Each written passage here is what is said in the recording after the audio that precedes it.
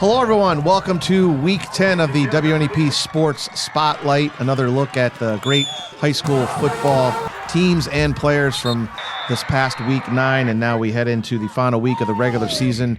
I'm Sports Director Steve Lloyd. Once again, joining us, Courtney Harrison and Eve Hernandez. We're going to start with some opening remarks. I'd like to start with some of the biggest surprises. I think right now the biggest surprise, probably the Berwick Bulldogs, undefeated there with Ty Wilkerson, CJ Curry doing a great job, Bo Orlando bringing him in there to coach, and then kind of that truncated area out there in District 4. You got Southern Columbia, who's back at 8-1. Line Mountain is undefeated. And then obviously our number one team, Shamokin. And a lot of those kids probably work out together, compete in different sports. So just that little area in general to have all those teams having successful seasons is probably one of my biggest surprises so far this season. Yeah, and I think I said it last week. I'd be surprised if we still had 5 undefeated teams out of last week. We still have 5 undefeated teams, which is pretty amazing this late into the season. It is, and you talk about some of those teams in that area having great seasons, but one of our most surprising losses of the week come with Jersey Shore losing to Scranton Prep last week too. A dominated win, I might add, for Scranton Prep too. So that one was that was the biggest surprise for me from last week also. And then I'll add North Pocono getting that really good overtime win over DV to secure the Lackawanna League Division I title. Congratulations to North Pocono on doing that, but that was a good win for them too. Thanks, Courtney. Neve, we also want to send out congratulations to Scranton Prep head coach Terry Gallagher. His 100th career win, a big win over Jersey Shore, the Bulldogs, and Coach Gravish coming on the road and kind of getting a beat down there from the Cavaliers. And certainly Scranton Prep with Will McPartland and getting some kids back. They struggled a little bit earlier, but I said it back in, I think, week 2. I would not want to play them in the playoffs. No, absolutely not. Somehow they managed to figure it out, year in and year out. And I know that was probably looked a little rough and a little concerning at the beginning of the season for them, but they figured it out, and no surprise there. Yeah, we'll see who they're going to play. We're going to probably look back at that game, Eve, that big win over Jersey Shore. That might have given them some momentum. So, obviously, we always have the reports from District 11, District 4, and District 2. And once again, we're going to start with Courtney with her report from some of the big upcoming games here in District 2. Yeah, absolutely. We're going to look at our, first of all, our WNEP Sports Spotlight Game of the Week.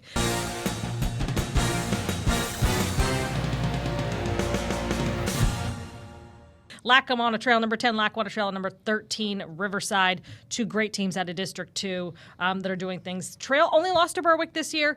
Riverside only lost to Lakeland, so they both have their 8-1 records. Braden Rose has been an asset to this Riverside team this year. He's just doing so many great things. They've had some close calls that they've been able to pull off wins. I think that we will see them have a great game against Trail. They've got Isaac Ryan, who's doing so many great things. He's got over 17 yards of rushing, 28 touchdowns this season. So I think Riverside's going to have a chore in trying to shut him down this week. So we'll see how that one rolls out. Then we've got number 4, North Pocono versus Scranton Prep, that game at Dunmore High School this week. North Pocono, like we had said, pulled it off. It was a very close game. I was there till halftime, and it was a very low-scoring game. But they figured it out. Coach Dolan said, that they've got some tricks up their sleeve. They're also without Joe Brisky. He said, Coach Dolan said he's hoping to get him back as they get into the playoffs. He's got a foot injury. I saw him walking around in a walking shoe, a walking boot. So we'll see how things shake out for him, if they can get him back and get healthy. But, as we had said, Prep is preparing for battle after that big win over Jersey Shore. Oh, yeah. I think that kind of set the tone, and it really has them on the uphill sweep. We had said, you can't rule them out ever. And then we've got number 14, Pittston area, at number 8, Wyoming area, another Super 16 matchup. A lot of good games. A lot of great games this week in District 2. Both of them 8-1 records. Pittston with a hard-fought win over Wallenpaupack, 14-13. They squeaked that out. The Warriors likely smell blood in the water. Patriots blood in the water. I think this game is a really big matchup in the Wyoming Valley Conference for the two. I know that Coach Russick, when I talked to him last week, said this was the game. This is the game that they need to win. They knew they needed to beat Wallenpaupack, but this is a big game for them, and I'm sure Randy Spencer will be has some tricks up his sleeve to try and take Pittston area down. And then finally, we've got the Lake Lehman at Dallas, the old shoe trophy game. Both teams have 4-5 records. They're kind of evenly matched, but I do see Dallas maybe being able to pull off a win. I think Lake Lehman, if I recall correctly, got beat by Hanover area this past week. It dropped them out of the playoffs. So we'll see, who wants to get it. I think maybe Dallas might still have a chance, but I think they really need to win this game. All right, Courtney, thanks. Obviously, it's usually kind of a discussion on Game of the Week. That Pittston area at Wyoming area game is obviously maybe slotted down a little bit below Trail and Riverside, but both those games are going to be outstanding to watch and for the fans to go out and see. So that's District 2 from Courtney, and then here's Eve. She's going to head out west here a little bit and talk about some of the big matchups in D4. Yeah, it's rivalry week here in District 4. We got a lot of good Battle of Trophy games this week. I'm going to start with Montoursville at Loyalsock for the Battle of the Bridge Trophy. Montoursville 7-2 on the season. Loyalsock 5-4 on the season. Loyalsock coming off a loss to Shamokin last week, an undefeated Shamokin team. And with Loyalsock, they only got 4 losses on the season. All of their 4 losses to kind of the better teams in District 4, though. Southern Columbia, Mifflinburg, Warrior Run, Shamokin, all these teams with 1 or less losses. So with Loyalsock trying to keep up with Montoursville, they got 2 losses on the season. They're doing good over there with sophomore quarterback Elijah Eck stepping in, being a point guard for them. Their defense for Montoursville has been really impressive so far this season, led by Kingston Fisher. 4 sacks on the season, leads the team in tackles. But Montoursville also a team that can put up a lot of points on offense. So for the Lancers, it's going to be whatever they can get. Tough sledding for them last week in the run game. Gilo Colts had held to just 46 yards on 26 carries for Shamokin's defense last week. So hopefully that run game can get going again. They're going to need that to get a win over the Warriors at home. And then we'll move to Mont Carmel area at Shamokin. Battle of the Coal Bucket game. Last year, Shamokin won the Coal Bucket for the first time since 1995. I was at that game last year, and man, Shamokin was super excited to finally take it home for the first time in a long time. They were going to want to keep it, and as long as Logan Steele is on the team playing, they're not going to want to give it back to Mount Carmel, and they probably won't. It's going to be a hard one for Mount Carmel to try to get a win there. They're also 5-4 on the season. Their losses also kind of similar to Loyalsock, some really tough teams losses for them this season. But Mount Carmel, we know they've got good senior quarterback in Gavin Marshallek. He's been doing good this season. And then their run game too, and up front, Mount Carmel, it's all about the offensive line and their run game. See if what they can do against Shamokin. But like I said, Shamokin's defense was really good against a good run game last week, so they'll be looking to keep that Coal Bucket for this year and for the years to come. But we'll see how that shakes out. This one is at Shamokin this season, and then we'll also talk about Southern Columbia at Shikellamy. Number 7, Southern Columbia 8-1 on the season. Shikellamy 5-4 on the season. Southern coming off another big win last week, 61-0 over Bloomsburg. When I was talking to head coach Jim Roth earlier a couple weeks ago, he was saying that this stretch of games right here, that Bloomsburg, that Mifflinburg, and that Montoursville stretch, all one-loss teams, was really big for Southern to try to get through that part of their schedule this season. And that confidence that they had from getting all of those wins 3 weeks in a row has got these Tigers rolling at this point of the season. We say Southern football is back now. They've been rolling without run game, and their defense has been outstanding for the past 3 weeks too. So they're going to be looking to get another big win over Shikellamy. All right, Eve, thanks for that report from District 4. And just some stats from a couple of the Mifflinburg kids. Landon Murray, 288 reception yards, and QB Chad Martin, 312 in the air. Those 2 kids are having outstanding seasons. Now a quick look at District 11. North Schuylkill is going to be up at Pottsville on the grass there at Veterans Memorial Stadium. Spartans coming off a 36-14 win over Lee Heighton, so back in the winning column for the Spartans. They are in 3rd place in 3A, and Luke Miller, we're going to talk about him a little bit more in the next block, but he had 286 yards rushing, and certainly looking to add to that total coming up Friday at Pottsville. Then Pocono Mountain West is at Pocono Mountain East out there in Monroe County. East is in the playoffs, 2nd place in 5A behind Whitehall, so looking to get back into the winning column. We covered East a little bit back in the beginning part of the season, and they're looking to finish strong. And then Tri-Valley is at number 2, Schuylkill Haven. Hurricanes have the top spot in 2A, while the Bulldogs sit in 3rd place in Single A, and that's a sub-regional with Lackawanna Trail as the number 1 team behind Marion Catholic. So if the Bulldogs can go down to Schuylkill Haven, slow them down a little bit, maybe get a win that might bump them up and try to avoid playing Lackawanna Trail. But we will see the result from Trail and Riverside and see where those power rating points end up after Week 10. So that's reports from District 2, 4, and 11. When we come back, we will look at some of the outstanding games that we covered back in Week 9 next here on the Sports Spotlight. Stay with us.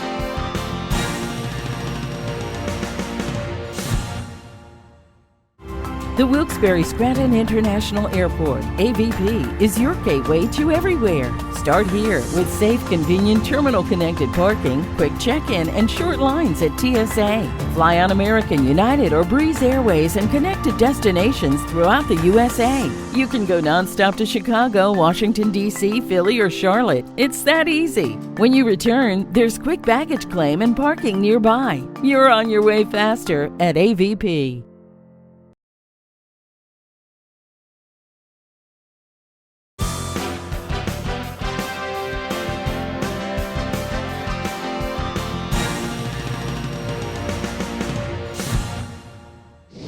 All right, welcome back to the Sports Spotlight. We're going to look back at some of the games from Week 9. The first one, Loyalsock Township, my alma mater, going down to Shamokin at Kemp Memorial and just not being able to handle things there against an awesome number 1 Indians team. The Shamokin rolls to a 42-7 win over the Lancers. And Eve, you were there. A lot of Logan Steele highlights, a lot of Zakem Clinton highlights. What was it about, I guess, the second half when they kind of got things rolling? Yeah, they kind of got things rolling in the second half. Talking to Coach Person after the game, he said they're kind of, stalling a little bit in the second quarter, but he said kind of after the second quarter, it was actually a Logan Steele touchdown that got wiped back. It was a punt return touchdown that Logan Steele drove all the way back. It got back, called back because of a block in the back penalty, but that would have turned the momentum on for Shamokin. After that play, they then followed up the offensive possession with a touchdown, and then they were actually able to get on the board. But Logan Steele, a really big game. You mentioned he had 128 yards and 2 touchdowns on the ground. For him last week, Zakem Clinton getting 1,000 rushing yards for the first time in his career last week as well. That was a big get for Zakem Clinton. He really wanted to get that. And then talking to Coach Person after the game, he said that he got that off of limited carries. They purposely kept Zakem to 15 carries or under in every game this year to keep him fresh. So be able to do that too in limited carries is really impressive for Zakem in that run game also. And their offensive line, every time I talk to these guys, they always give credit to the guys up front. They've got a senior-led offensive line there at Shamokin, so they've been really proud of what they've been doing able to do this season. And then we talk about their defense week in and week out with Logan Steele. They got a Reber back there. They've got Colin Steinhardt, who had an interception last week. They're ball hawks back there, and they play really physical. This team is going to be probably undefeated again for the second year in a row now. They've just been really impressive all week, or all season long, the last couple of years under head coach Mark Persing. But I got to talk to Coach Persing and some of the winning Indians after the game. Here is what they had to say. Dominance in all facets of the game is what Shamokin head coach Mark Persing ordered coming into tonight's game. From the offense to the defense to the special teams performance, dominance is what the Indians showed in their 42-7 win over Loyalsock. We played all right. We're our own worst enemy at times. We kind of have that woe is me mentality for spurts. And it's our job as coaches to get them out of it and get them focused. And I think you saw that the flip switch middle of the second quarter on. So kudos to those guys out there that were able to flip the switch like that and stop playing the victim mentality. We want to control our own destiny. We want to control the game and not leave it up to anybody else. Senior running back Zakem Clinton hit the 1,000-yard rushing mark for the first time in his career in tonight's win. That felt great, I'm not going to lie. I kind of walked into the game hoping, praying that I was going to get it tonight because I'd love to get it before we play Mount Carmel. All right, Eve, thanks for getting that post game there from Coach Persing and some of the players. A big win for the Indians. Now we move to our next game, Delaware Valley at number 4, North Pocono. Trojans pull out the 28-21 OT win over the Warriors. Cole West with a big 56-yard TD run, and the Trojans win the Lackawanna League Division I title. Courtney, you got to come back and anchor the show with me, but you were able to spend a half up there in Moscow. I wish I could have spent the whole game up there. I knew it was going to be a close one when I was leaving. I was like, man, I don't want to leave, but I have to leave. Man, let me tell you, right out of the gate, I knew this was going to be a close game. I knew Delaware Valley was going to want to come and spoil things for North Pocono. DD marked right down the field. Mike Iusolino just powering the ball, running the ball down the field. They were able to score on their first drive. North Pocono struggled a little bit at first. I think they just kind of had to shake out whatever they had going. They're still without Joe Brisky, but they still have plenty of weapons. They still have the Josiah Grace. They still have Cole West, Chase Zimmerman did a great job in this game on both sides of the ball. North Pocono was able to pull it off because Chase Zimmerman stopped Ayusolino on fourth down on the very last drive of the game there in overtime to win it. So, man, great stuff for them. Still undefeated, but they've got another big challenge this week for sure. The next game, number 6, Jersey Shore, who has since now dropped out of the Super 16. They go on the road to Scranton Prep, and those games are always at Dunmore High School, and they lose at 51-19, so maybe Coach Gravish in that schedule taking a little toll on some of his players. They have played a heavyweight fight schedule there, and Noah Kriswick with a big game for the Cavaliers, 45-yard TD run and a 30-yard TD run, and it just seems like it was Cavaliers running up and down the field, and like we said, Coach Gallagher getting his 100th career win there for the Cavaliers, so congratulations to him, and he's got another big one coming up here with North Pocono. Yeah, I don't think anyone, maybe except Prep, expected this game to be this lopsided. Like you said, you wonder the toll that the schedule has taken on these kids Absolutely. from Jersey Shore. Yeah. It's also a long ride out there, That is. and I'm sure it was an even longer ride back to Jersey Shore. But Prep has come on strong late in the season here, so we'll see how things go, especially after that close loss to Abington Heights. Yeah, obviously Jersey Shore, you've seen them a few times this year. Yeah. Are you a little surprised by that score? Yeah, I am pretty surprised by that score, especially getting back here and watching it happen. I was like, oh my goodness, I had no idea that Scranton Prep was going to be this dominant over Jersey Shore. But, you mentioned the tough schedule that they've had, all season, and maybe it is starting to take a toll on them at this point in the season. But as it's looking right now, they're in third place in 4A over there in District 4. So right now it's kind of looking like they might play Athens area in the first round of the District 4 playoffs. Athens having a really good, sneaky good season. They only got one loss on the season. So that's going to be an interesting matchup. We get to see that one pretty soon. And then the next game, number 15, Pittston area at Wallenpaupack. Pittston, they win in a variety of ways. Sometimes it's the offense, special teams, but last Friday night they won on defense, 14-13. And then Jael Rodriguez, razzle-dazzle touchdown for the Buckhorns, good for 27 yards. But then LaPresso had a TD in the third, and then the game came down to that Jake Rafferty pass into the end zone, and Pittston able to walk out of Wallenpaupack up there, squeaking out a 1-point victory.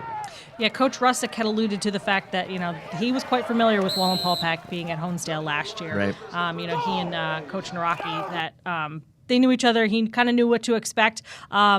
Great defense by both teams to be able to keep this a low-scoring game. But, man, the Patriots blocking that point after. How important are those points after to be able to make them? And this is where special teams showed up and won the game. No doubt about it. I mean, that 1-point win right there, that would have, at least been a tie. And now as it gets, it's a little colder now. Teams are, it's harder to throw the ball. It's kind of harder to run the ball. You don't really want to tackle anymore because it's super cold outside. But that was a definitely too close for comfort win for the Pittston area Patriots. They definitely didn't want to come down to that. But they're going to need a really good plan this week of going against a Wyoming area offense that can beat you in any way possible. And then the next game, Old Forge at number 14, Riverside, and the Vikings picking up a 49-8 win for Harry Armstrong. He gets his 98th career win, going for 99 this coming Friday. Braden Rose, Courtney, you talked about him at quarterback, kind of carrying the rock for the Vikes. And then he's always got some weapons out there. Jared Jackson, another big game at the wide receiver slot. And Coach Armstrong, he's going to make you defend all 6 sections of defense if you break it into a pie. Wherever they're not at, that's normally where the ball's going to go. Yeah, and let me tell you, the connection between Rose and Jackson has really become a great one to watch on the field.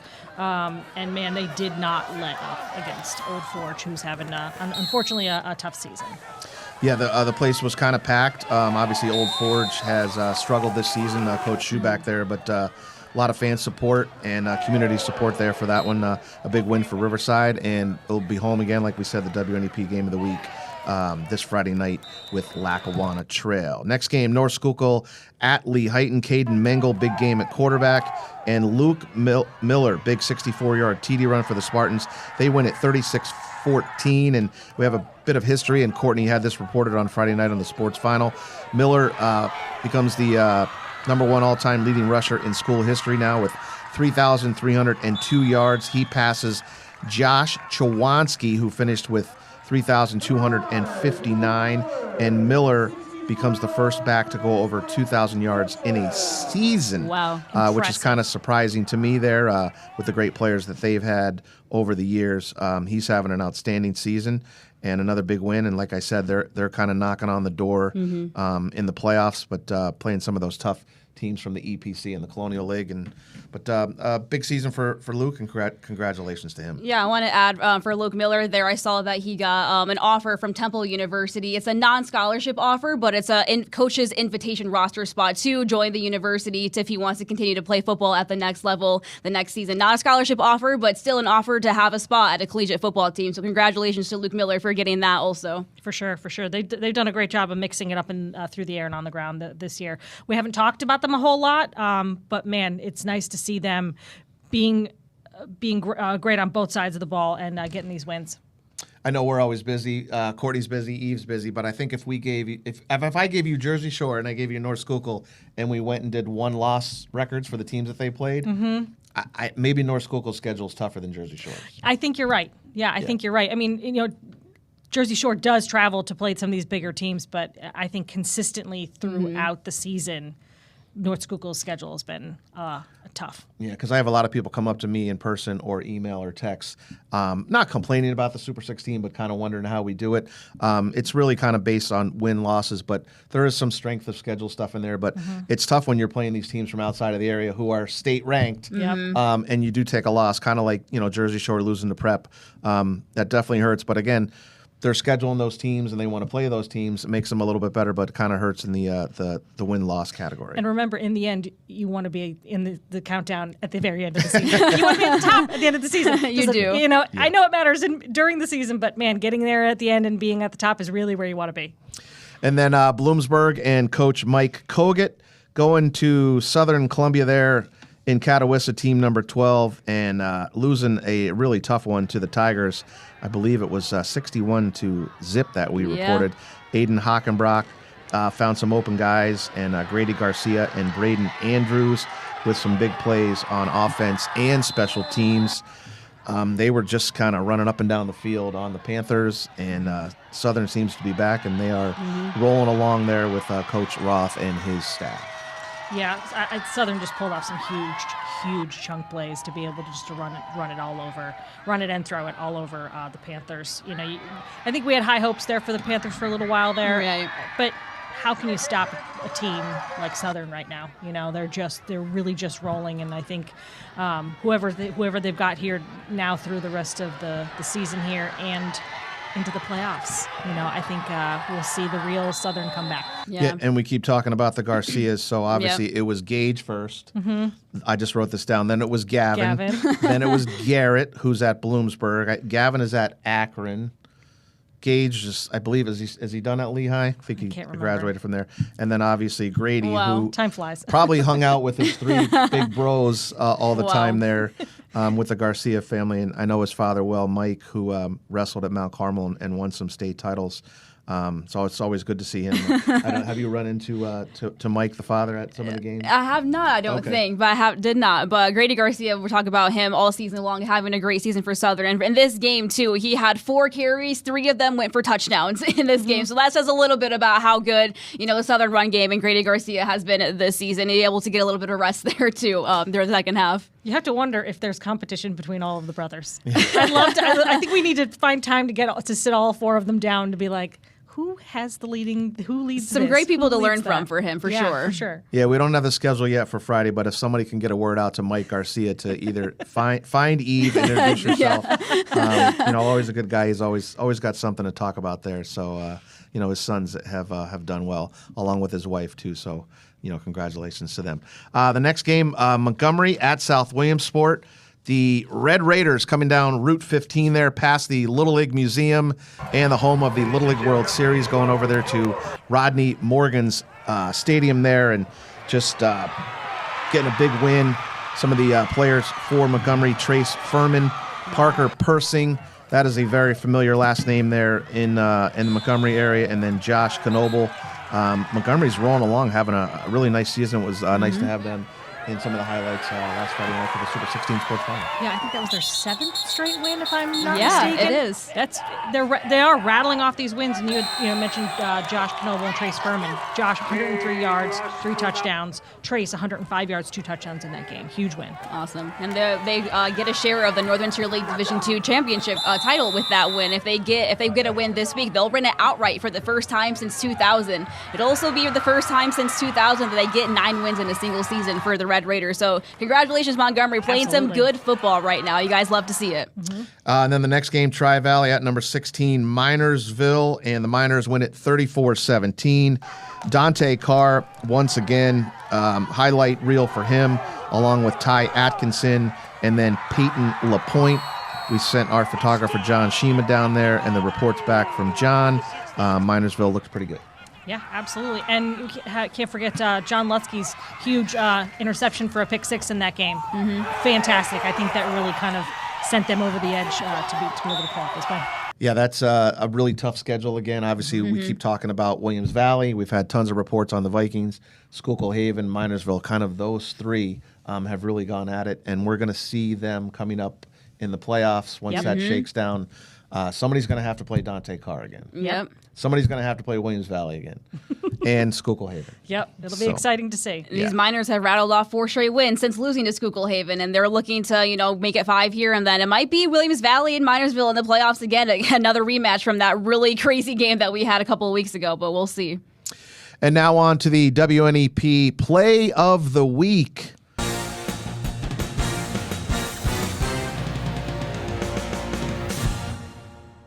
And it comes from Old Forge at number 14 Riverside in the second quarter. Braden Rose to Jared Jackson of the Vikings. He makes a spin move and goes 42 yards into the end zone for the 21-0 lead. Riverside went on to win it 49-8. I don't think they coached that. No, I think it looked like a Instincts. a play out of Saquon Barkley's book. Like just rolling out and just taking off. It was one of those get off of me spin moves. Yeah, so he was able to spin out of that, make a nice move, and instantly I was kind of like, wow, there's our play of the week. It could have got bounced if somebody came in with something else, so congratulations to Harry Armstrong and his player Jared Jackson there, getting that throw from Braden Rose. So that's the Sports Spotlight Week 9 Play of the Week. When we come back, we will go back to 1990 and the Single A State Championship for Stan DeCoste and Marian Catholic, and always a look back at our sports finale from our editor du jour, James Pennington. Next on the Sports Spotlight. Stay with us.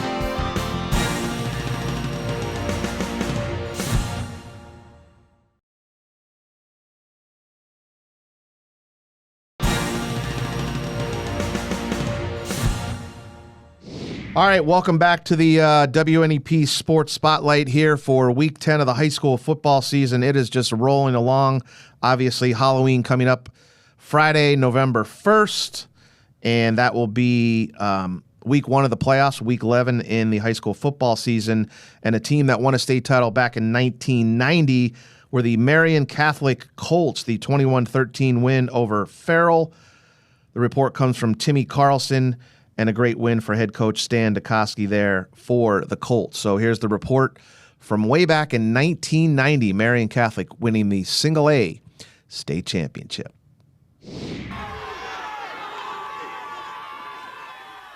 A rough first quarter for Marian. Their first possession ends as Farrell's Corey Brody picks off the pass.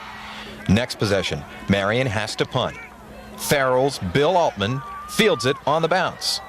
Watch him go up the sideline, and before it's over, 63 yards for the touchdown. The Steelers leading 7-0 after a quarter. Finally, late in the half, the Colts got it going. A 60-yard, 16-play drive. This 19-yard pass from quarterback Mike Makovic to brother Mark picks up a critical first down at the 14. 7 plays later, on 3rd and goal at the 4. Makovic in trouble, scrambles, throws the pass, it's tipped and caught by Rich Miller in the end zone. The point after made it 7-7 at the half. Early in the third quarter, Marian with a huge break as Farrell has problems on the snap, and Matt Mace recovers at the Steelers' 21. It took just 6 plays for the Colts to score again, but it wasn't easy again as Makovic scrambles, looks, finds Mike Hosack in the end zone for the touchdown with the point after. 14-7 Colts after 3. After Marion's Matt Mace scored on a fumble recovery to make it 21-7, Farrell started a comeback, the only time they would move the ball against the tough Colts defense. It took 11 plays, but quarterback Lamont Samuel scores to make it 21-13 Marion. The extra point, no good. The Steelers would get one last chance with just over a minute left. But 30 seconds later, Mike Makovic intercepts the pass to give Marion Catholic the state championship win, 21-13. Great for co-region football. We weren't supposed to show up. I guess Western PA knows we can play too. Call it co-region football. Call it any kind of football you want. It's winning football. Marion Catholic, the big win today for the state Class A championship. Tim Carlson, Newswatch 16 Sports. All right, as always, those are fun to look back on. And once again, thanks to former sports director Timmy Carlson. Always, doing a great job covering those games. Mm-hmm. Stan DeCoste winning that state title. He obviously said it there. Cole Region football. Last year we had Northern Tier football, and Troy winning it. We'll see if one of those teams from the Cole Region can get down to Cumberland Valley because they no longer play at Hershey Park Stadium. Right. Yeah, that's where you want to be, Cumberland Valley, to show off for your region. That's for sure. I still can't get that clicked in my brain. I always want to see the Hershey Kisses go out there, but Cumberland Valley has put a lot of money into it, and they bid on the championships, and a little bit of a longer drive here for the WNEP folk. Yeah. But those championship games, you guys were down there last year for Troy winning it. Obviously, single A, 2A, 3A usually have a better chance, teams from our area, to get down there and try to win one. Yeah, I remember going to cover Muncie down there last year in that single A championship, and man, it was freezing cold down there. But yeah, Cumberland Valley, pretty far for us, but we have a lot of good teams, in those small classifications this season that we were just talking about, that we can probably see a lot of them probably going to make a deep run here. We keep our fingers crossed, that's for sure. Yeah. Well, next up, let's take a look at our Week 9 finale from our editor, James Pennington, who always does a great job. There were a lot more cold people this week, I noticed, in our finale, so take a look.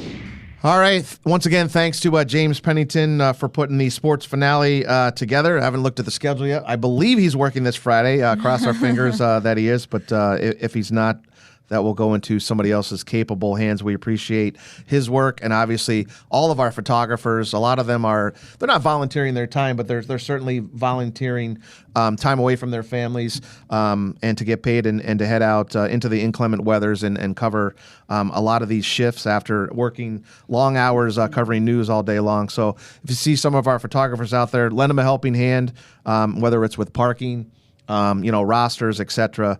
They really do enjoy giving your teams the best coverage possible, and we appreciate all the work from them. So when we come back, we're going to rattle off the Super 16. Not too many changes. We had that on Monday night, but we're gonna go through it, explain why some of the teams are where they are next on the Sports Spotlight. Stay with us.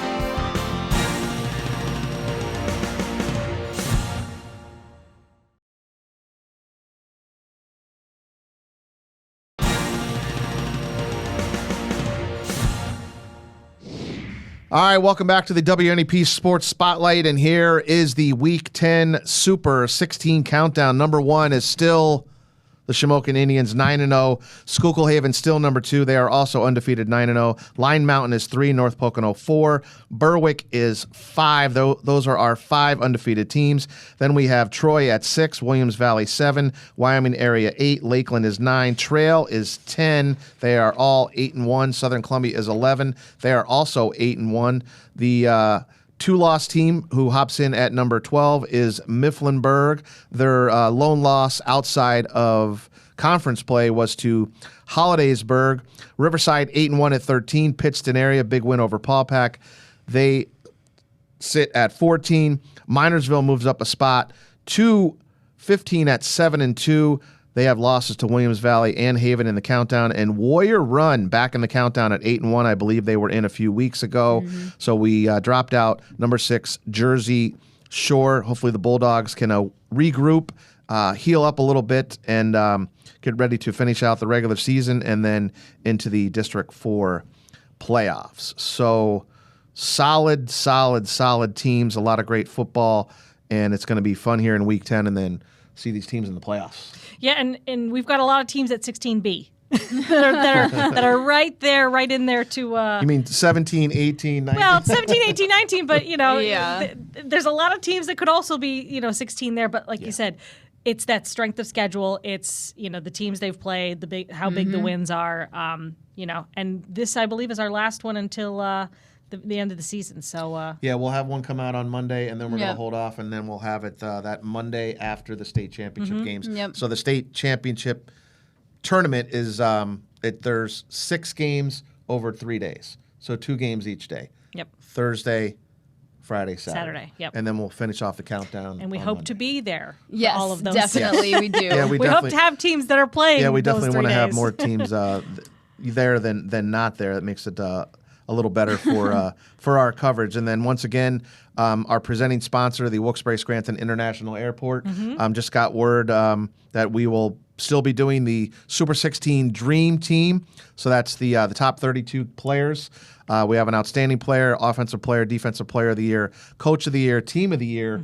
That'll be coming out at the end of January. We will put that together and have that list out. So we'll be sending the list out for the coaches to nominate their players, and that's always a fun time once again to head down to the airport and have everybody come in to see the display there as you're picking up your luggage as you walk into the airport there to check out and head out on some flights. Yeah, definitely. That was a lot of fun going down to the airport last year to be able to do that. And we're going to have some tough decisions. All these coaches are going to have some tough decisions to make this year with these athletes. We have a lot of really good athletes in every category. I can already list, I've got a bunch off the top of my head that I'm thinking of. How are we going to fill these categories that we have? But as you said, Steve, we're going to have our submissions out to coaches pretty soon. I'm pretty sure now for those. So look out for those pretty soon. When we come back, we will go through the picks for Week 10 coming up here on the Sports Spotlight. Stay with us.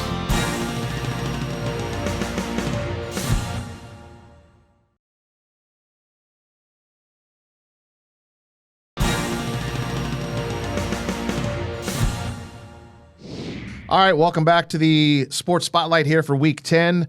We always pick 6 games. We give a list of 9. Not sure why we do that. I think we've explained it's just kind of what we do. We try to have a couple games from each district, whether it's 2, 4, or 11. So here's our 9 games. Lake Lehman at Dallas, Lackawanna Trail at Riverside, Pittston at Wyoming area, North Pocono at Prep, Mount Carmel area at Shamokin, Southern at Chick, North Schuylkill at Pottsville, Pocono Mountain West at Pocono Mountain East, and Tri-Valley at Schuylkill Haven. There are no spreads on these games. It's pick 'em. So if you want to pick at home, you can. So going into Week 9, I was 34-14. I went 4-2. I sit at 38-16. I always need a calculator when I'm doing these numbers. So here's my picks for Week 10. Dallas over Lehman, Riverside over Trail, Wyoming area over Pittston, Shamokin over Mount Carmel, Southern Columbia over Shikellamy, and Schuylkill Haven over Tri-Valley. Those are my picks for Week 10. Here's Courtney with her picks. Well, I was 37-11 going into Week 9. I finished 3-3 last week. Not a great week for me. But a solid 40-14. Solid 40. That is very good. Yes. I got to the 40 mark. That's cute. You got 40 wins on the impressive number. season. Love that. That's good. I also am taking Dallas over Lake Lehman. I've got North Pocono over Scranton Prep. However, I think it might be a close one. Ooh. We shall see. I might regret that pick later next week, but we'll find out. I've got Shamokin over Mount Carmel, Southern over Schick, Pocono Mountain East over Pocono Mountain West, and I'm choosing Haven over Tri-Valley. Good picks, Courtney. A lot of my picks are similar to yours, I will say. I was 40-8 coming in. I went 5-1 last week, and so I'm 45-9 overall. I've got 9 losses through 9 weeks of the season. That's pretty dang good, I will say. My picks for this week, like I said, pretty similar to Courtney's, but I'm going with Riverside over Trail. I have Pittston area over Wyoming area, Shamokin over Mount Carmel, Southern Columbia over Shikellamy, Pocono Mountain East over Pocono Mountain West, and Schuylkill Haven over Tri-Valley. All right, thanks for the picks. Before we wrap this up, Penn State is on a bye week, and then they will be at Ohio State, and then they have Indiana at home in a couple weeks. So Penn State just kind of going to revamp and get back to practice, and I think that week will help them as they head out to Columbus, coming off a really, really tough win in interim head coach Terry Smith's first game with Penn State. Tough loss to Iowa, but going back and watching the games, it seemed they played with a little more renewed energy at a tough Kinnick Stadium there against the Hawkeyes. But once again, coming up a little bit short. Tough when you got a couple quarterbacks in there that you're rotating that really haven't had a lot of snaps all season long. But I thought Ethan Grunkemeyer and Jackson Smolik really handled things well. When Iowa brought the pressure, things kind of unraveled a little bit. But they'll go back and look at film, and I think they're going to be ready for the Buckeyes. Yeah, let's hope so. That's going to be a tough game, number one team overall. But like you said, I think all things, the way that things have played out, I think that the quarterbacks did do a nice job. Just couldn't close it out there at the end. Yeah, tough when you go on the road and you're facing a pretty determined team there to keep their season going with a couple backup quarterbacks. Yeah, definitely. But the quarterback's best friend is a good running game. And so Penn State has a really good 2 running backs in Katrin Allen and Nick Singleton. So hopefully the rest of the season, Penn State can kind of lean on those guys to get as much as they can with them offensively and see what we can do on defense too, and hold teams to little points.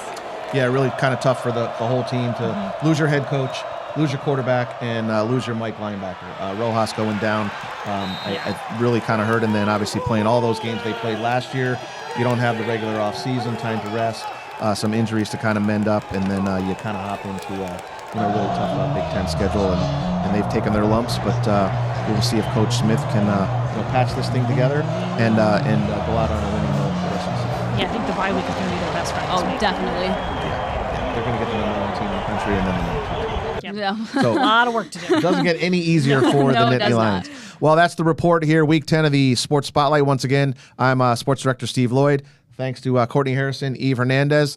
We will all be out at some games on Friday night. Look forward to seeing everybody and take another peek inside all the action in high school football across all of northeastern and central Pennsylvania. Get out there and make it a great night. And once again, thanks for joining us here on the Sports Spotlight. See you later.